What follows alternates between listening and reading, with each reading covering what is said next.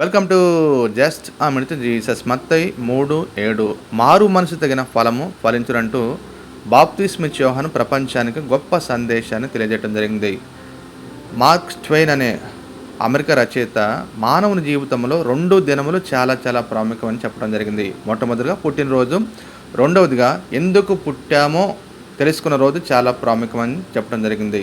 మరొక గొప్ప దేవుని సేవకుడు ఏమంటే, మనుషులు పుట్టేటప్పుడు దేవునికి వెన్ను చూపుతూ పుడతారు కానీ మారు మనసు దేవుని వైపు తిరిగేలాగా చేస్తుందంటూ తెలియజేయడం జరిగింది.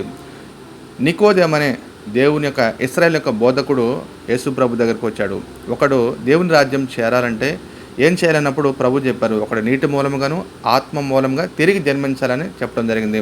కాబట్టి ఎవరైతే మారు మనసు పొందారో, తిరిగి తమ జీవిత యొక్క గమ్యం తెలుసుకుంటారో వారు మారు మనసు తగిన ఫలాలు ఫలించేవారుగా, ఆత్మ ఫలము ప్రాముఖ్యంగా ఫలించాలని, దేవునికి రాజ్యంలో నిలిచేవారుగా ఉండాలని దేవుడు కోరుతా ఉన్నాడు. ఆమేన్.